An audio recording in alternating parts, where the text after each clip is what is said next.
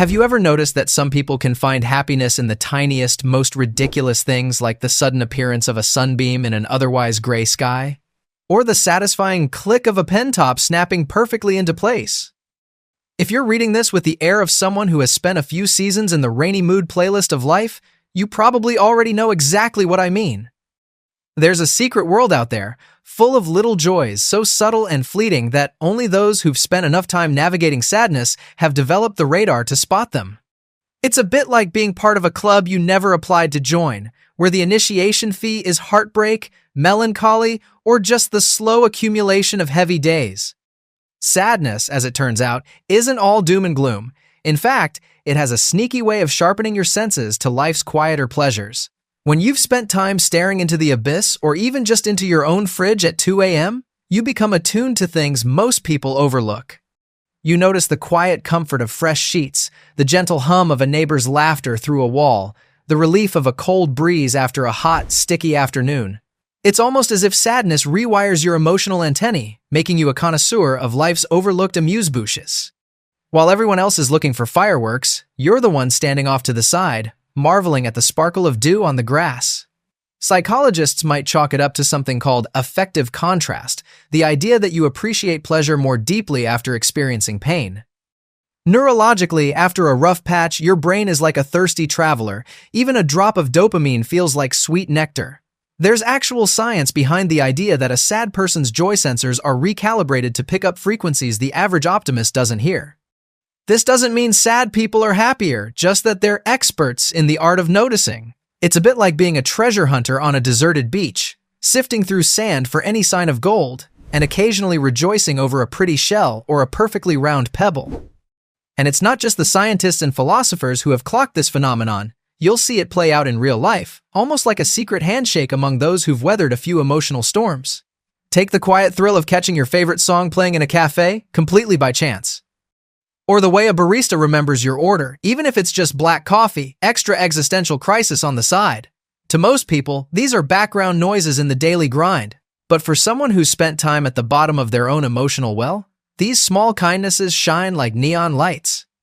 The world is always whispering tiny invitations to smile, but you need to be listening with the kind of ears that have survived long silences. There's something gently rebellious about the way sad people savor the ordinary. While the world chases big wins, promotions, perfect relationships, Instagram-worthy vacations, the connoisseur of quiet sorrow takes a different approach.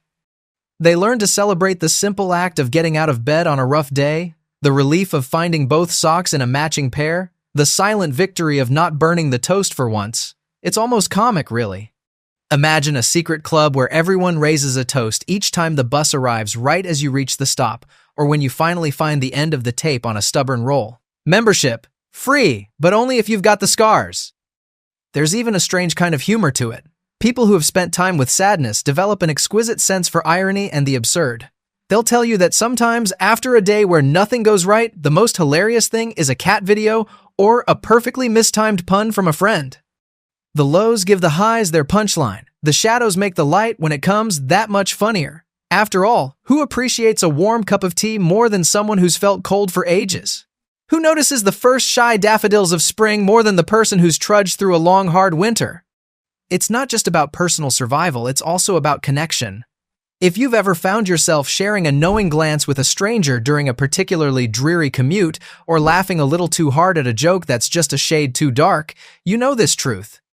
Sad people have a way of finding each other, almost like tuning forks vibrating at the same frequency. There's a silent understanding, a mutual respect for the effort it takes to keep moving forward. Tiny wordless exchanges, an encouraging nod, a small act of solidarity become miniature lifelines. It's as if people who've known sadness carry an invisible lantern, casting just enough light for others to see that they're not alone. Of course, the great paradox is that sadness, while unwelcome, is an incredible teacher. It sneaks lessons into your life the way parents sneak vegetables into a picky eater's dinner. It teaches you to appreciate things you once ignored. The taste of cold water after a good cry, the sound of rain when you finally feel ready to rest, the comfort of being asked, "How are you, really?" without having to give the default answer. When you've survived disappointment, you start to notice the delicate flavor of hope in even the smallest things, a text from an old friend, a dog's enthusiastic greeting, the unexpected sweetness of a quiet afternoon. What's more, These little joys aren't just consolation prizes, they're actually fuel. They're proof that the world isn't entirely indifferent, that somewhere between all the busyness and noise, there are pockets of tenderness designed for those patient enough or perhaps battered enough to see them. Sadness may blur the colors for a while, but when the hues return, even faintly, you notice every shade. It's a bit like living in black and white for months, then suddenly catching a flash of color. Only those who've spent time in grayscale can truly appreciate just how vibrant life can be, even if that vibrancy shows up in the most unexpected places like a stranger's smile or the giggle of a baby in the supermarket line. The magic of these secret little joys is that they're not loud, dramatic, or flashy. They're the kind of things you can tuck into your pocket, invisible to everyone else. Maybe it's the satisfaction of folding a fitted sheet or, let's be real, just managing to wrangle it into some vaguely rectangular shape. Maybe it's the pleasure of a breeze on your face after a day spent feeling stuck inside, both literally and figuratively. Or the rare golden moment when you realize your mind is actually quiet, not buzzing with worries, regrets, or endless to-do lists. For many, these would pass by unnoticed, but for someone who's spent time wrestling with shadows, these are nothing short of minor miracles. In fact, you might even argue that sadness gives you a secret superpower, the ability to extract meaning and sweetness from places no one else would think to look. It's like becoming a truffle pig for happiness, rooting around in the messy, muddy parts of life to find something precious and rare. Maybe this sounds a bit dramatic, but ask anyone who's emerged from a period of deep sadness, and they'll tell you a day when nothing goes wrong, when the rain lets up just as you leave the office, when someone saves you a seat, feels like a cosmic wink. And while the world often tells us to chase big dreams, conquer our fears, or manifest abundance, those who have known real sadness understand a different, quieter truth. Sometimes, just making it through the day with your sense of humor intact is enough of a triumph. Sometimes, joy isn't a thunderclap, it's a whisper or a slow, shy smile that appears for no reason at all. Sometimes being alive means noticing the way your coffee smells in the morning, or the softness of a well-loved sweatshirt, or the odd comfort of a routine you once found boring. These are the secret little joys that sadness unlocks a kind of magic key for a hidden world. If you've ever found yourself marveling at the way sunlight dances on the wall, or feeling a swell of gratitude when someone simply holds the elevator for you, then you already know what I'm talking about. Sadness gives you the gift of noticing, of slowing down enough to register life's gentle offerings. It's a shift in perspective, a recalibration of priorities. Suddenly, the ordinary becomes extraordinary. A day without any emotional earthquakes feels like a festival.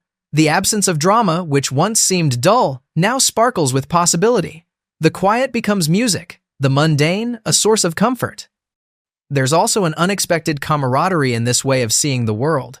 People who have dwelled in sadness often develop an inside joke with the universe. The missed bus, the spilled coffee, the awkward silence in a conversation, these become part of life's slapstick routine, and sometimes you can't help but laugh. It's the kind of laughter that comes from recognizing that you've survived worse, and that even when things go sideways, there's always a punchline waiting in the wings. This sense of humor, a little bit self-deprecating and a lot bit resilient, becomes a shield and a bridge protecting you from despair and connecting you to others who get it. So, while the world spins on, obsessed with shiny things and grand gestures, the secret society of people who've been sad celebrates the unsung victories, falling asleep without worries gnawing at your brain, running into an old friend at just the right moment, or finishing a day with your heart just a little bit lighter than when it began. These aren't the moments you'll find in anyone's highlight reel, but they're the ones you carry with you. They are proof that even in sadness, or maybe especially because of it, you can become attuned to life's tender frequencies. Sadness doesn't make you weak or broken, it makes you receptive, open to all the hidden goodness life has to offer. And when you look back, you might realize that your favorite moments weren't the big dazzling ones, but the quiet instants you barely noticed at the time. The joke between friends, the gentle patter of rain, the peaceful certainty, even if fleeting, that you're still here and that, somehow, that's enough.